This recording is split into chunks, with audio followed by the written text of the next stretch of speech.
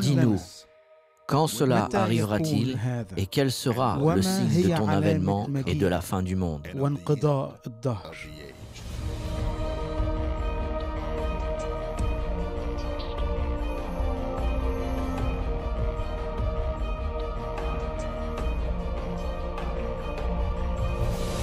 Notre sujet aujourd'hui est la venue de la religion universelle, le moment où toutes les religions ne feront plus qu'une.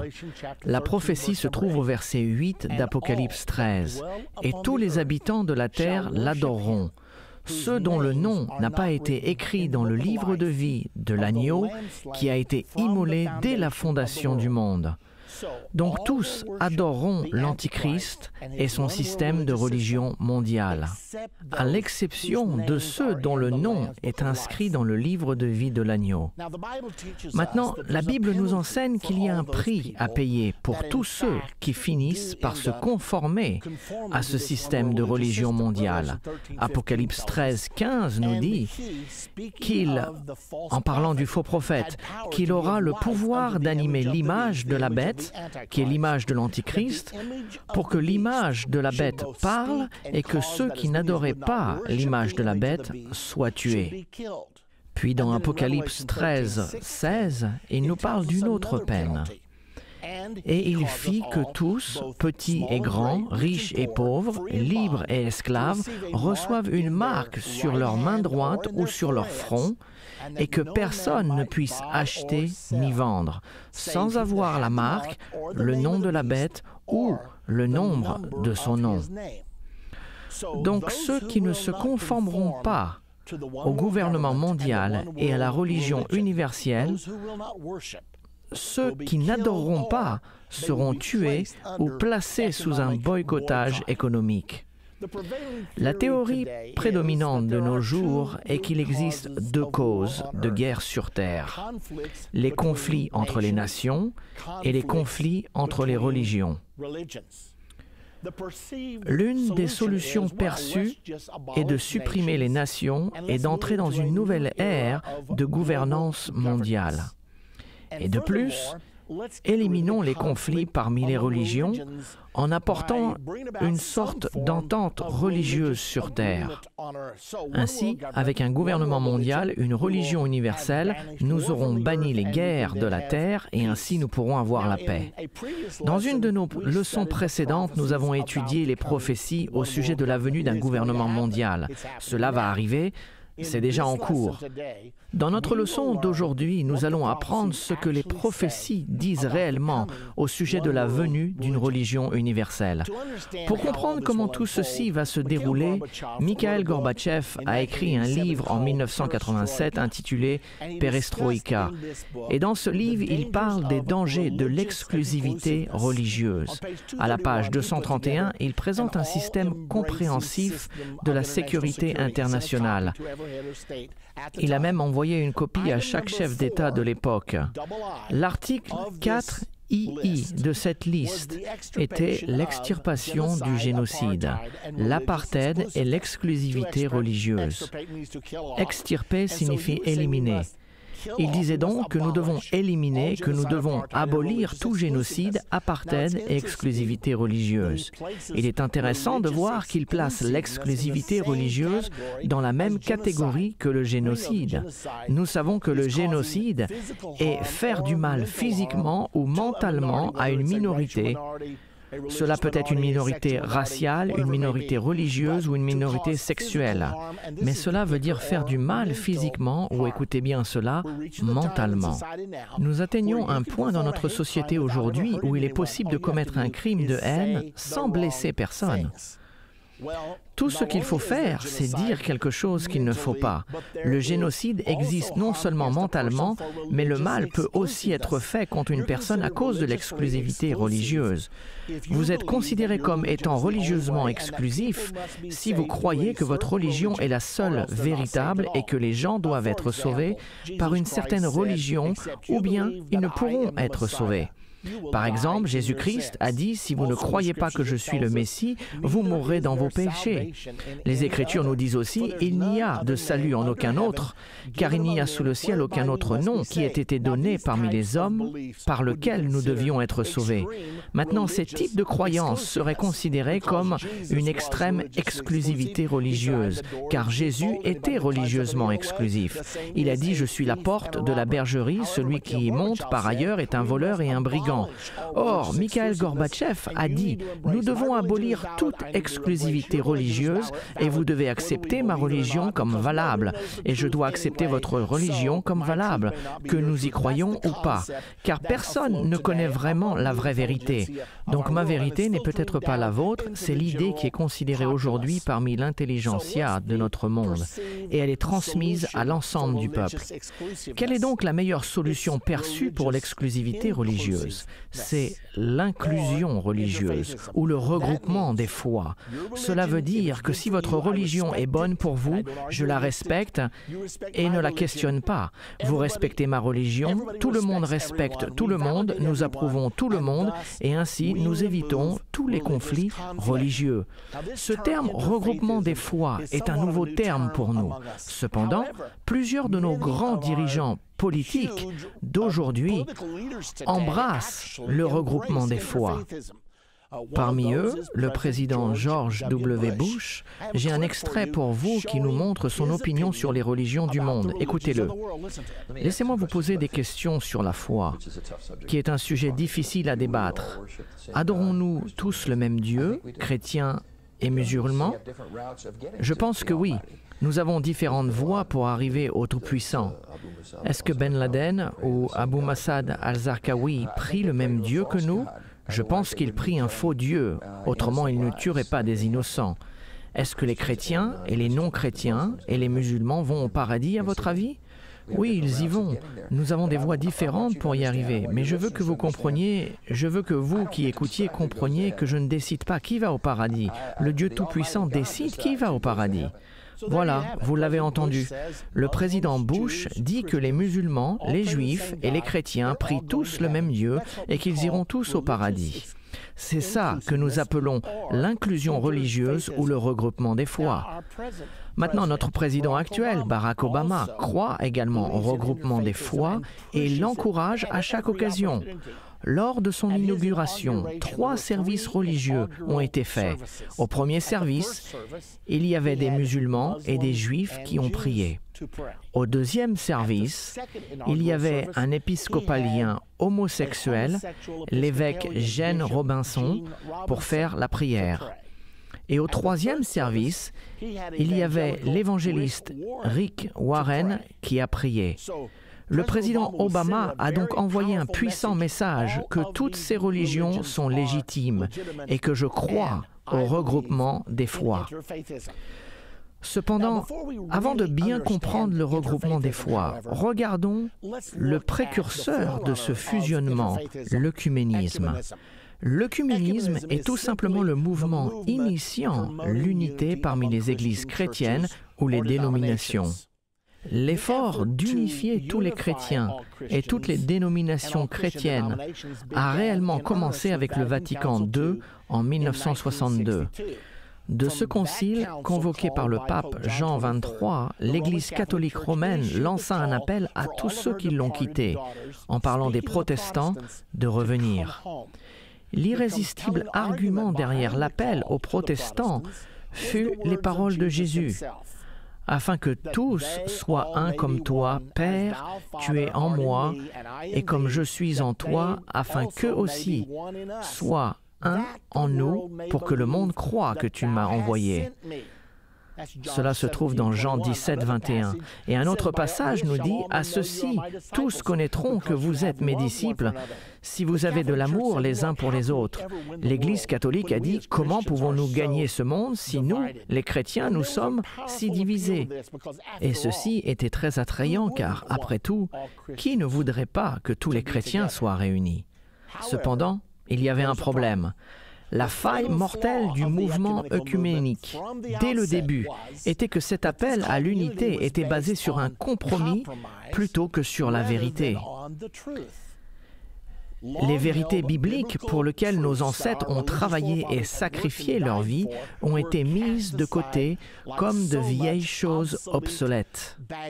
Maintenant, si l'appel à l'unité avait été basé sur la vérité, que tous les croyants s'unissent et s'occupent des doctrines principales de la foi chrétienne, qu'ils prient et qu'ils étudient jusqu'à ce qu'ils pensent que ceci est correct, c'est ça que la Bible enseigne. Puis nous sommes tous d'accord et nous aurions pu avoir une vraie renaissance chrétienne. Cependant, ce n'était pas basé sur la vérité, mais sur le compromis. La doctrine est presque devenue un gros mot. Mais ce n'était pas une bonne idée car l'apôtre Paul a écrit à Timothée en disant « Veille sur toi-même et sur ton enseignement. Persévère dans ces choses. » Car en agissant ainsi, tu te sauveras toi-même et ceux qui t'écoutent. Paul a donc enseigné à Timothée que la doctrine était essentielle pour le salut. Mais dans le mouvement œcuménique, la doctrine est devenue un obstacle à l'unité.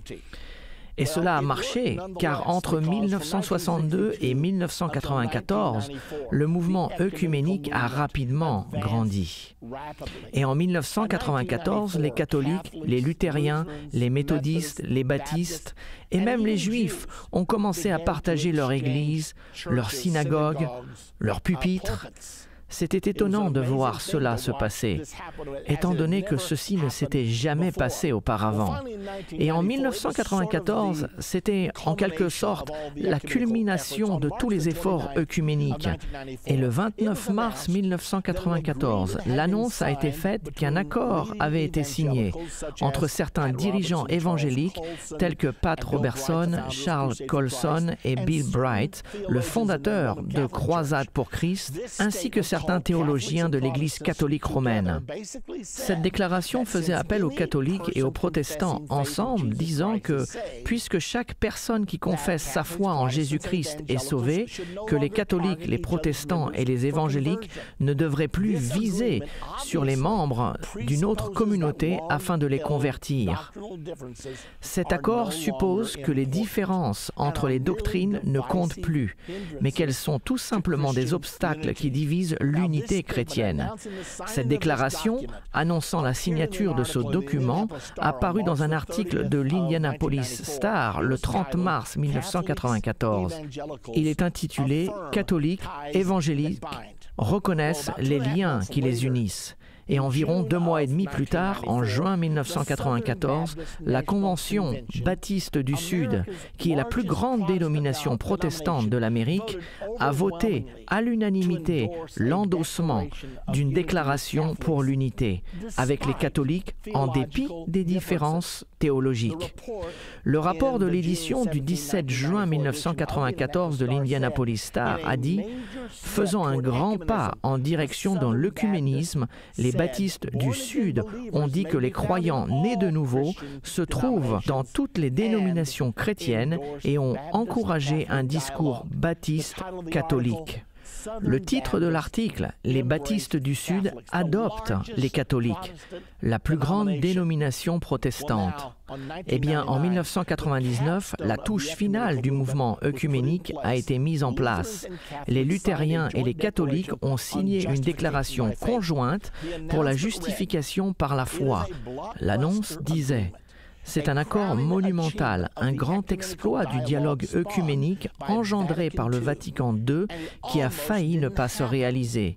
En dépit de son image publique, en tant qu'opposé au mouvement œcuménique, l'homme reconnu par les deux côtés comme celui qui a sauvé ce document, et cette déclaration n'est autre que celle du cardinal Joseph Ratzinger, le chef de la congrégation de la doctrine de la foi du Vatican.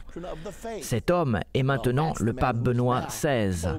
La signature a eu lieu le 31 octobre, le jour de l'anniversaire où Martin Luther a cloué ses 95 thèses sur la porte de la cathédrale de Wittenberg, causant ainsi le déclenchement de la réforme protestante. Nous voilà donc à la date de son anniversaire. La réforme protestante a eu lieu à cause de la justification par la foi. Martin Luther a rendu cette expression célèbre « Le juste vivra par la foi ». Donc ensemble, les luthériens et les catholiques ont alors rédigé un document théologique pour expliquer la signification. Ainsi, la chose qui a causé la réforme est maintenant mise de côté et adoptée. Alors pourquoi les églises ne se réunissent-elles pas? C'est ce qu'il s'est produit le 31 octobre 1999. Ainsi, le problème qui a suscité la réforme est résolu. La plupart des dénominations chrétiennes considèrent les autres groupes chrétiens comme sauvés. L'œcuménisme étant considéré par la plupart comme un fait acquis. Ainsi, le point d'intérêt bascule de l'œcuménisme au regroupement des foi. Revenons à la première rencontre du regroupement des foi. En 1893, le premier parlement des religions du monde s'est tenu à Chicago. Son objectif était de cultiver l'harmonie parmi les communautés religieuses et spirituelles dans le monde et d'encourager leur engagement envers le monde avec ses établissements de conduite afin d'avoir un monde juste, paisible et durable. En fait, ils étaient bien en avance sur leur temps, car peu de choses étaient accomplies pour le regroupement des foi pendant environ 80 ans. Mais en 1985, le pape Jean-Paul II a fait une déclaration stupéfiante, qu'il pensait que les musulmans et les chrétiens adoraient le même Dieu. C'était au mois d'août en 1985 que le pape Jean-Paul II visitait le Maroc après avoir été invité par le roi Hassan II. Il était le premier pape à visiter officiellement un pays islamique sur l'invitation de son chef religieux. Et là, lors d'une assemblée historique, au milieu de milliers de jeunes musulmans, dans le stade de Casablanca, il a souligné que nous croyons au même Dieu. Le Dieu unique, le Dieu vivant. Pensez un peu, les musulmans et les chrétiens qui croient au même Dieu. Les chrétiens croient que Jésus-Christ est Dieu. Les musulmans ne croient pas que Jésus est Dieu. Les chrétiens croient que Jésus est mort sur la croix et que le seul plan du salut est au travers du sang du calvaire. Les musulmans nient que Jésus soit mort sur la croix. Nous faisons donc ici d'énormes bonds de foi aveuglément. Et ceci a continué jusqu'en 1986, quand le pape Jean-Paul II a appelé à une journée mondiale de prière. Le pape Jean-Paul II était convaincu que la prière pourrait réunir les croyants, une idée qui a inspiré en 1986 la journée mondiale de prière pour la paix à Assise, en Italie. Ce rassemblement sans précédent à l'invitation du pape a attiré ses dirigeants juifs, bouddhistes, shintoïstes, musulmans, zoroastriens, hindous, unitariens, africains traditionnels, des Indiens d'Amérique et beaucoup d'autres sous le toit de la basilique de Saint-Francis. Tous ont prié côte à côte avec des dirigeants catholiques, orthodoxes et des protestants pour la paix dans le monde. Et il semblerait qu'il y avait du bon dans tout cela. Chacun d'entre nous, je pense, pourrait dire que ce serait une bonne chose que tout le monde descende leurs barrières, qu'ils s'unissent ensemble et prient le Dieu en qui ils croient. Cependant, avant de décider que ce soit une bonne chose, j'aimerais vous poser cette question. Pouvez-vous imaginer le prophète Élie dans l'Ancien Testament se réunir en regroupant leur foi dans une réunion de prière avec les prophètes de Baal et les autres prophètes de la région? Je ne pense pas. Nous savons qu'il ne l'aurait pas fait si vous connaissez votre Bible. La question que nous devons donc nous poser, Élie avait-il tort à l'époque ou avons-nous tort aujourd'hui? Nous devons nous poser cette question car l'humanité s'est souvent égarée. Poursuivons. Finalement, en 1993, au Parlement des religions du monde à Chicago, qui était le 100e anniversaire du premier Parlement des religions du monde, qui s'était lui-même aussi tenu à Chicago. Des catholiques, des protestants, des hindous, des juifs, des musulmans, des sikhs, des asturiens, des vicans, qui entre parenthèses sont des sorcières, des indigènes et beaucoup d'autres ont participé. Le Parlement des religions du monde de 1993 a adopté une éthique mondiale, écrite par le célèbre théologien catholique Hans Kung. Une éthique mondiale est une déclaration de croyance mondiale. L'essentiel de l'éthique mondiale peut être réuni en 3 citations dans ce document. Premièrement, nous affirmons qu'un ensemble de valeurs de base se trouve dans les enseignements des religions et que celles-ci forment la base pour une éthique mondiale dans laquelle toutes les religions peuvent se retrouver. Deuxièmement, il existe déjà des anciennes directives pour la conduite humaine qui se trouvent dans les enseignements des religions du monde et qui sont la condition pour un ordre mondial durable. Ordre mondial durable, je reconnais cette expression. C'est dans cette direction que nous allons, n'est-ce pas? Numéro 3, nous devons enterrer nos petites différences pour la cause de la communauté mondiale en exerçant une culture de solidarité et de rapport. Enterrer nos petites différences telles que Jésus est-il Dieu ou pas? Était-il le Messie ou pas? A-t-il été crucifié sur la croix ou pas? Ou bien Allah est-il Dieu? Ou Jéhovah est-il Dieu? Ou Braham est-il Dieu? Petite différence, c'est ce que dit l'éthique mondiale. Nous devons enterrer ces petites différences. Pourquoi? Pour la cause de la communauté mondiale, pour la cause du gouvernement mondial. C'est ça, la pensée qui est le dynamisme du regroupement des foi. Puis en 1994, le nouveau catéchisme catholique romain a été publié. J'ai acheté un exemplaire car j'étais très intéressé par ce qu'ils avaient à dire sur la relation entre l'Église catholique et les musulmans. Dans la rubrique numéro 841, dans le paragraphe des relations de l'Église avec les musulmans, il est dit ceci, et je cite, « Le plan du salut comprend aussi ceux qui reconnaissent le Créateur. En première place se trouvent les musulmans. Ceux-ci professent garder la foi d'Abraham et ensemble avec nous, ils adorent le Dieu unique, miséricordieux, le juge de l'humanité lors du dernier jour. Ainsi, le catéchisme catholique dit que le plan du salut inclut également, en premier, les musulmans, tout simplement parce qu'ils prétendent adorer le Dieu d'Abraham comme nous. C'est ce qu'il a été dit. Un autre grand pas vers le regroupement des foi. Monsieur Robert Muller était secrétaire général adjoint sous 3 différents secrétaires généraux aux Nations Unies. Il a travaillé à l'ONU pendant 38 ans. Je l'ai interviewé dans une de nos émissions de radio politique et religion et il m'a déclaré « Nous avons réuni le monde autant que possible politiquement ». Il préconisait ouvertement un gouvernement mondial. Mais il a dit « Nous sommes coincés, nous ne pouvons aller plus loin car pour créer un vrai gouvernement mondial, le monde doit se rapprocher spirituellement. » Puis il a dit, ce qu'il nous faut, c'est une nation unie des religions. Il a dit, les dirigeants politiques se rencontrent quotidiennement à l'ONU et ils discutent ensemble. Jusqu'à ce jour, nous avons un tel consensus d'opinion que nous avons une communauté mondiale. La communauté mondiale dit ceci, la communauté mondiale dit cela. Mais il a dit que les dirigeants religieux ne s'adressent même pas la parole pour la plupart du temps. Nous avons besoin d'une nation unie des religions. Enfin, je n'étais donc pas surpris quand, quelques années plus tard, j'ai vu l'annonce qu'un entretien œcuménique pour les dirigeants politiques et les dirigeants religieux aurait lieu à San Francisco en commémoration du 50e anniversaire de la signature de la Charte de l'ONU. C'était le 26 juin 1995, exactement 50 ans après que la Charte de l'ONU fut signée. L'entretien fut organisé par l'évêque William Swing de l'Église épiscopale de San Francisco.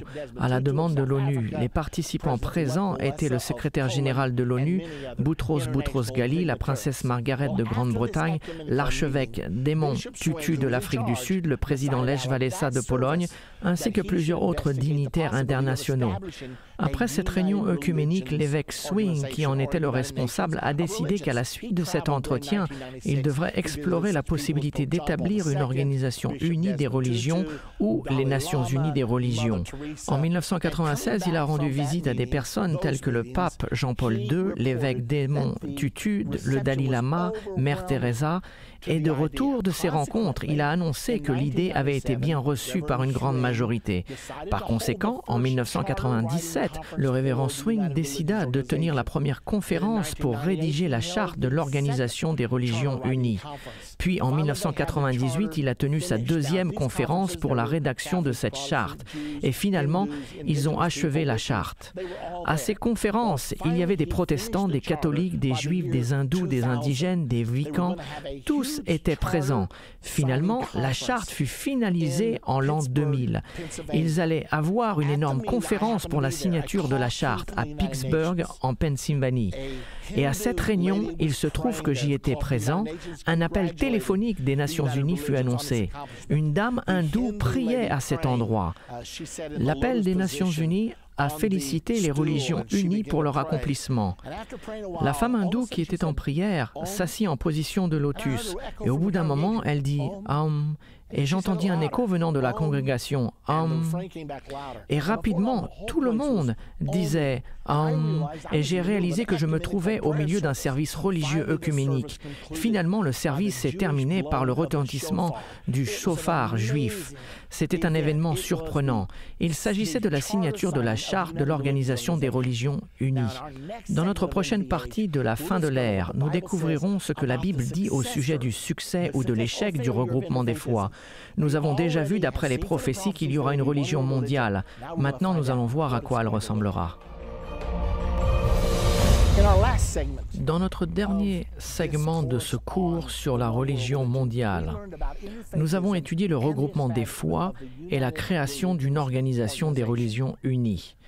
Nous allons continuer à examiner ce regroupement des foi, car après la formation des religions unies, en l'an 2000, environ 3 mois plus tard, au mois d'août 2000, une assemblée a été tenue à l'ONU, appelée le Sommet du millénaire pour la paix mondiale. C'était la toute première assemblée religieuse tenue aux Nations Unies. Elle a eu lieu une semaine avant le sommet du millénaire des chefs politiques du monde. Le concept derrière cette assemblée était « Nous devons apporter une entente entre les chefs religieux et les chefs politiques du monde ». Cette assemblée a été subventionnée par M. Ted Turner, qui avait fait une donation d'$1 milliard aux Nations Unies. Puisqu'il avait avancé l'argent, Ted Turner a été l'orateur principal de la conférence. Environ 1000 chefs religieux des 4 coins du monde y ont participé.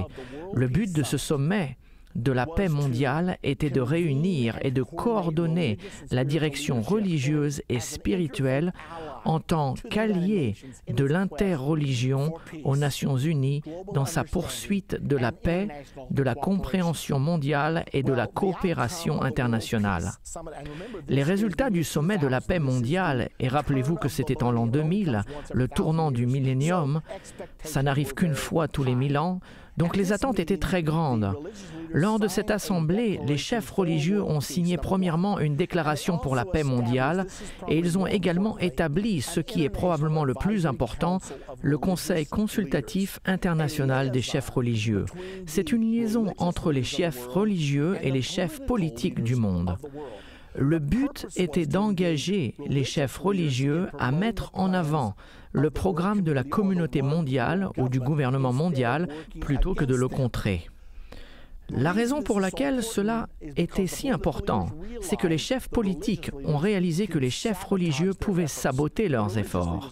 Après tout, ce sont les chefs religieux qui se trouvent en face de leur congrégation chaque semaine. De plus, ils consacrent leurs bébés, ils marient leurs jeunes, ils enterrent leurs morts, ils sont reçus chez eux, leur influence est si grande. Et bien sûr, c'est ce que M. Muller a dit quand il a parlé de notre besoin d'une nation unie des religions. Donc ils ont établi ce conseil de liaison pour consulter avec les chefs politiques du monde afin d'apporter cette union entre la politique et la religion, entre les pouvoirs politiques du monde et les chefs religieux du monde. Donc, la mission a été accomplie, c'est ce qu'ils ont mis en place. Une semaine plus tard, les chefs politiques se sont rendus aux Nations Unies pour le sommet du millénaire de l'ONU. Une fois de plus, c'était le tournant du millénium. Les attentes étaient très grandes, la participation était très importante. Ils ont fait plusieurs choses lors de cette réunion, mais la chose principale était l'adoption des objectifs du millénaire pour le développement, OMD. Il existe 8 OMD tels que le développement durable, le partenariat mondial, etc. Vous pouvez lire au sujet de toutes ces choses en allant sur le site de l'ONU. Cependant, le vrai programme du nouvel ordre mondial était de fonder les objectifs du millénaire pour le développement et qu'ainsi toutes les nations du monde travailleraient ensemble pour atteindre ces buts. Ce qui s'est produit, c'est qu'ils ont adopté un programme, un agenda pour le système du gouvernement mondial et ont intégré aux objectifs millénaires pour le développement un plan de redistribution massive des richesses. La redistribution massive des richesses, comme vous le savez, est l'idée principale de la plateforme du socialisme international ou du communisme. Nous avons donc déterminé l'objectif pour un programme socialiste international, géré entièrement par les Nations Unies avec la coopération des religions du monde. Et les efforts de l'interreligion ont persisté. En 2002, le pape Jean-Paul II a dirigé une fois de plus un service interreligieux à Assise en Italie. Ainsi, le concept d'interreligion était lancé. Tony Blair, un dirigeant très influent dans notre monde et que nous connaissons tous très bien. Il était le premier ministre de la Grande-Bretagne pendant de nombreuses années. Cependant, en 2007, il a annoncé qu'il allait quitter ses fonctions de premier ministre. Les rumeurs ont également dit qu'il allait se convertir au catholicisme. Cependant, il ne l'a pas fait pendant qu'il était au pouvoir car le Premier ministre de la Grande-Bretagne est le chef de l'Église épiscopalienne ou anglicane. Il a donc attendu la fin de son mandat. Puis quelques mois plus tard, il s'est converti au catholicisme. Mais ce n'était pas tout, car l'année suivante, en 2008, il a fondé une nouvelle organisation appelée la Fondation Tony Blair pour la foi.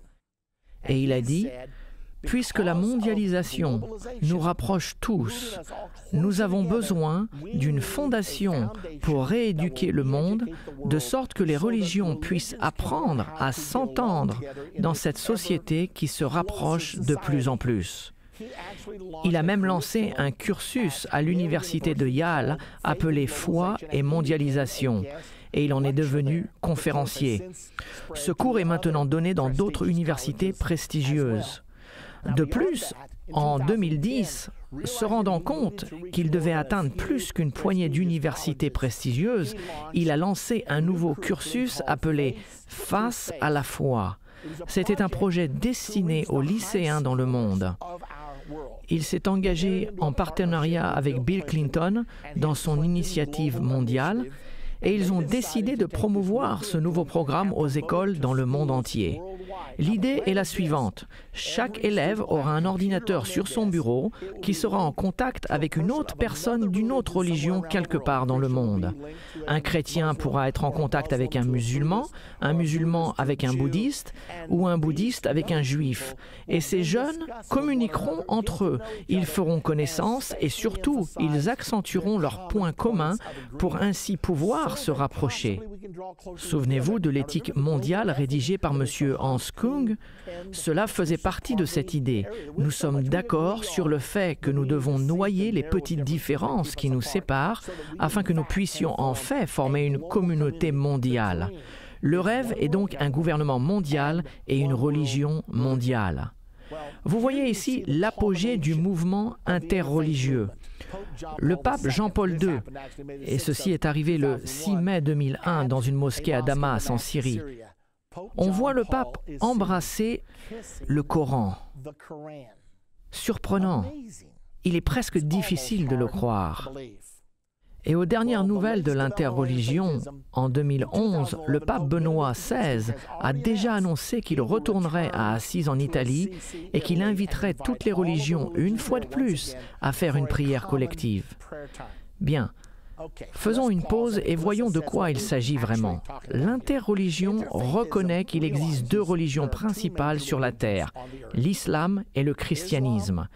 L'islam dit avoir environ 1,57 milliard d'adhérents, ce qui représente 23% de la population du monde. Le christianisme dit avoir 2,2 milliards d'adhérents, ce qui représente 33% de la population. Vous avez donc 1,1 milliard de catholiques, 1,1 milliard de protestants, et ensemble, entre l'islam et le christianisme, vous avez 56% de la population du monde. Ainsi, les interreligieux pensent que s'il est possible d'obtenir une coopération entre les musulmans et les chrétiens, si ces deux religions peuvent former une alliance entre elles, elles pourraient réunir le monde. Cependant, nous devons nous demander, est-ce que l'interreligion sera un succès?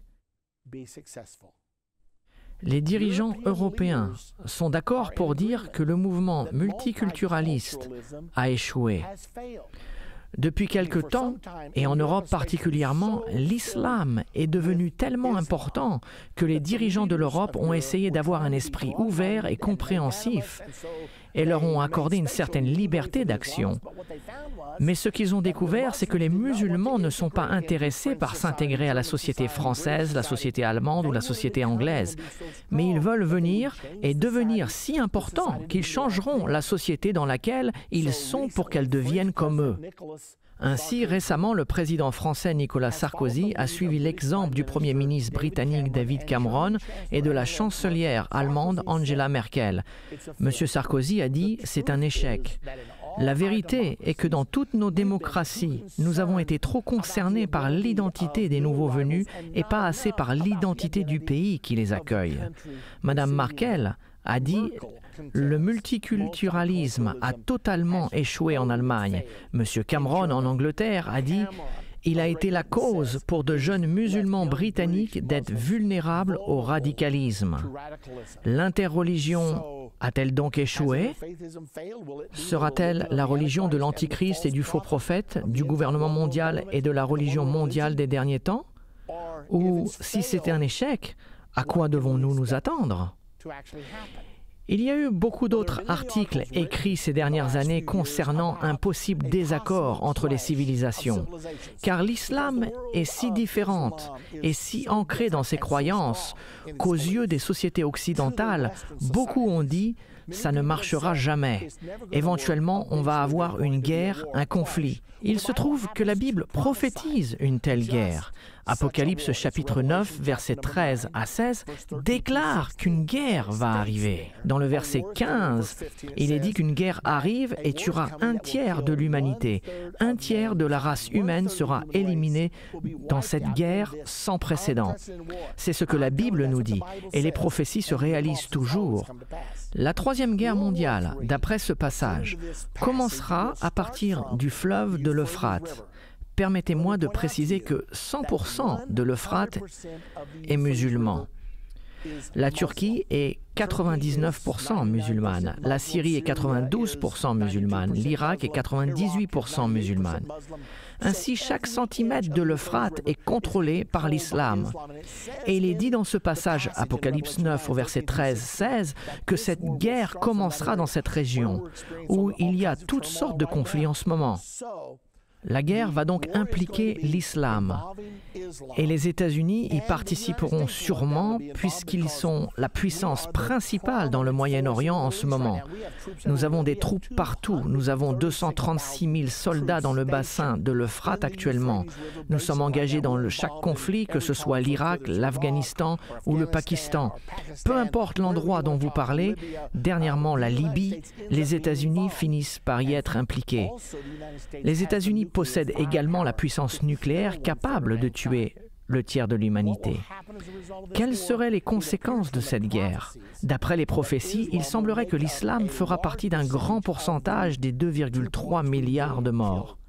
L'islam a une population de 1,57 milliard de personnes. Cela signifie qu'un plus grand nombre que la population islamique doit périr. Mais il apparaît, selon les prophéties, que l'islam sera en grande partie éliminé dans cette prochaine guerre. Comment en sommes-nous sûrs?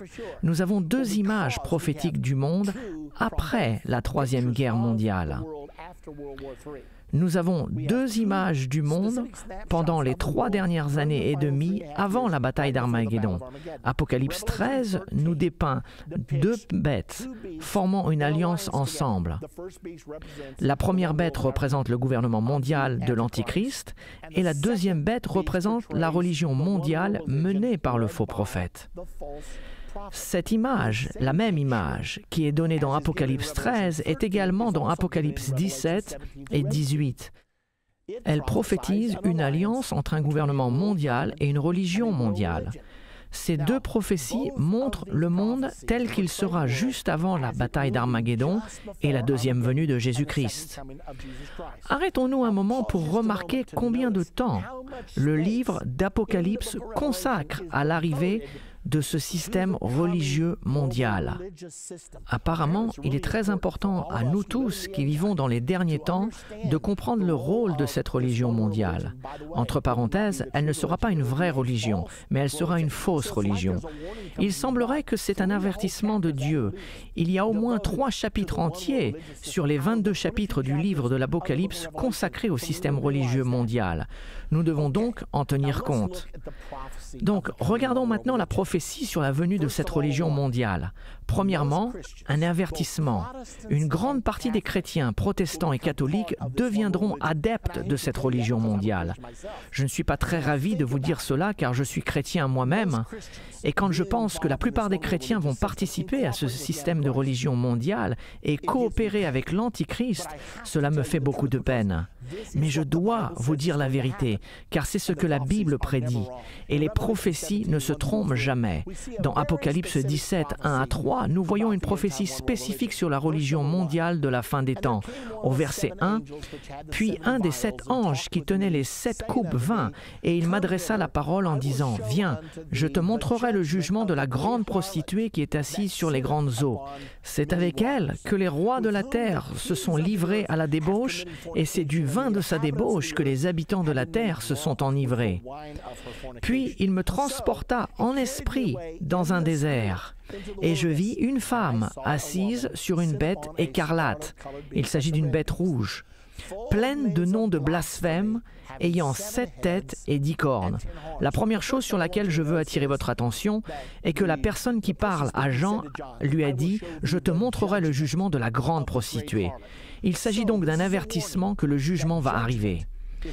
Et lorsqu'on continue, laissez-moi vous rappeler que cette bête d'Apocalypse 17 est la même bête à 7 têtes et 10 cornes qui symbolise le gouvernement mondial d'Apocalypse 13. Ainsi, la bête d'Apocalypse 17 et la bête d'Apocalypse 13 est la même bête. Laissez-moi aussi vous rappeler que la bête d'Apocalypse 13 a le corps d'un léopard, l'Allemagne, les pattes d'ours, la Russie, la gueule d'un lion, la Grande-Bretagne, et les 10 cornes du royaume à 10 cornes, la coalition de 10 nations qui sortira de l'Union européenne.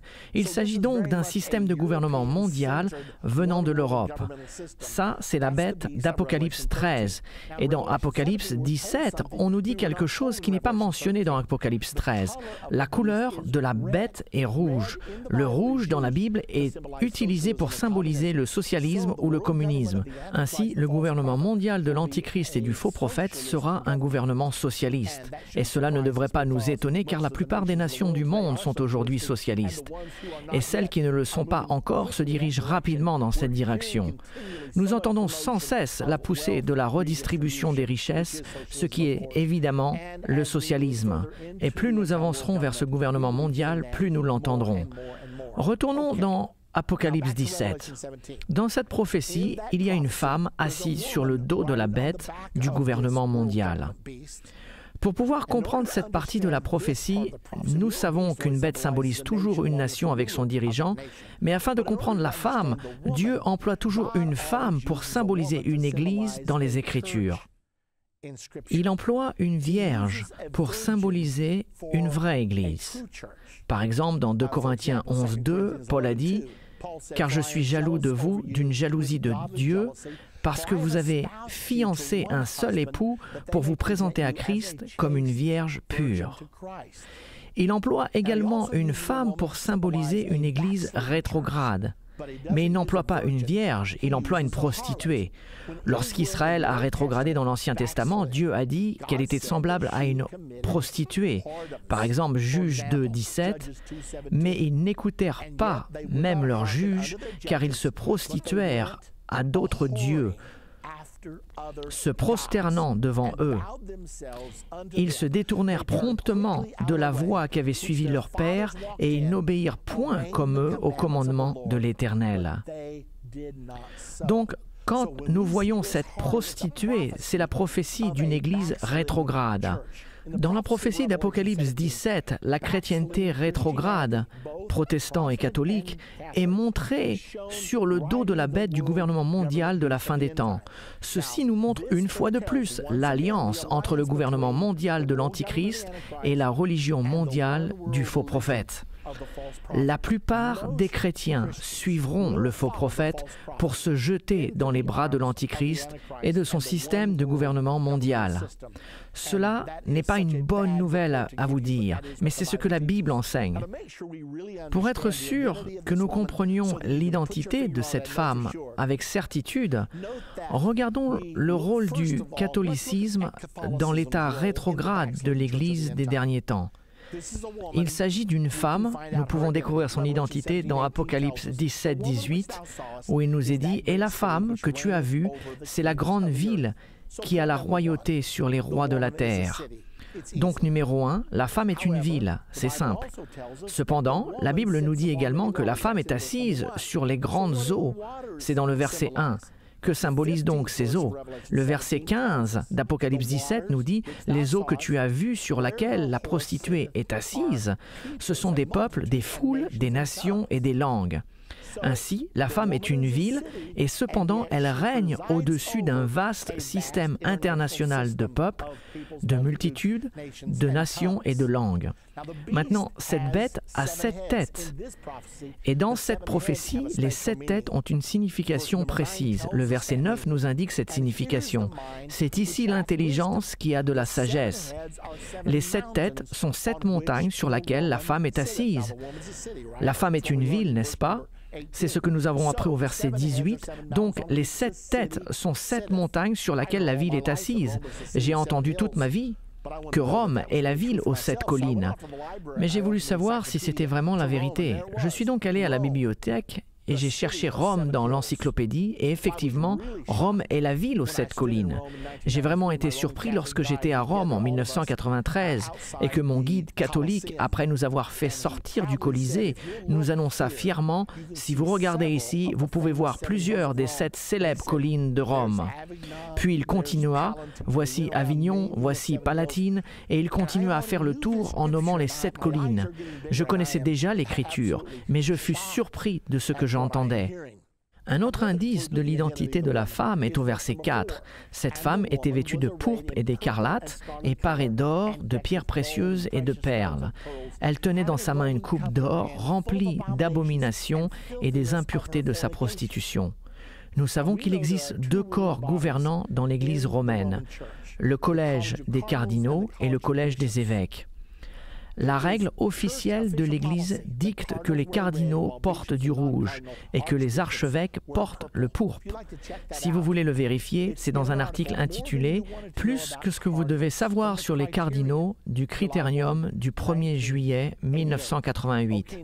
Voilà donc le côté catholique de la prophétie chrétienne. Regardons maintenant le rôle protestant dans l'état rétrograde de l'Église des derniers temps. Le verset 5 « Et sur son front, le front de la prostituée, était écrit un nom, un mystère, Babylone la grande, la mère des prostituées et des abominations de la terre. » Qu'est-ce que cela veut dire? Vous voulez dire qu'elle est une prostituée, mais qu'elle a également des filles et qu'elles sont, elles aussi, des prostituées, ce qui signifierait qu'elles sont, elles aussi, des églises rétrogrades? C'est tout à fait ça. Maintenant, au Vatican II, une déclaration a été faite. Nous, l'Église mère, ouvrons les bras pour que nos filles protestantes reviennent. Il y a eu tellement de disputes concernant la façon dont les églises protestantes devaient être considérées par l'Église catholique romaine qu'une note fut publiée sur l'expression « Église sœur ». Voici ce qu'elle dit, et je cite, « Il doit toujours rester clair, même quand l'expression « Église sœur » est utilisée dans ce sens propre, que l'Église universelle, une, sainte, catholique et apostolique, n'est pas la sœur, mais la mère de toutes les églises particulières.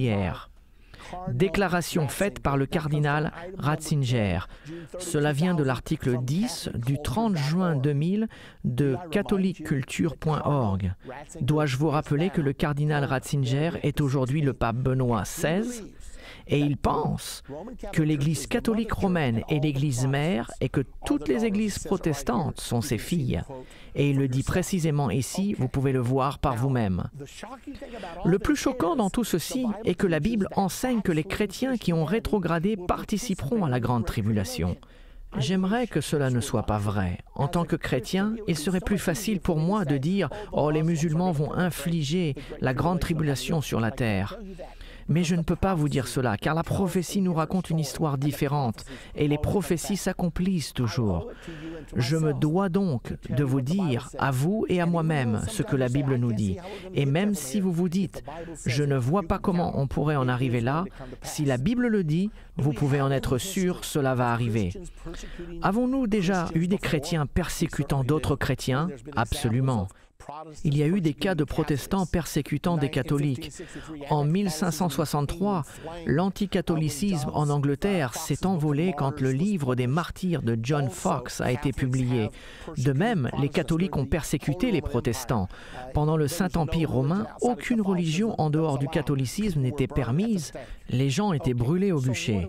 Que devons-nous donc faire? Qu'est-ce que la Bible nous dit de faire si cela arrive aux chrétiens aujourd'hui? Apocalypse 18:4 nous donne la réponse. « Et j'entendis du ciel une autre voix qui disait « Sortez du milieu d'elle, mon peuple, afin que vous ne participiez point à ses péchés et que vous n'ayez point de part à ses fléaux. » Nous devons retourner à un véritable christianisme biblique. Comment pouvons-nous le faire?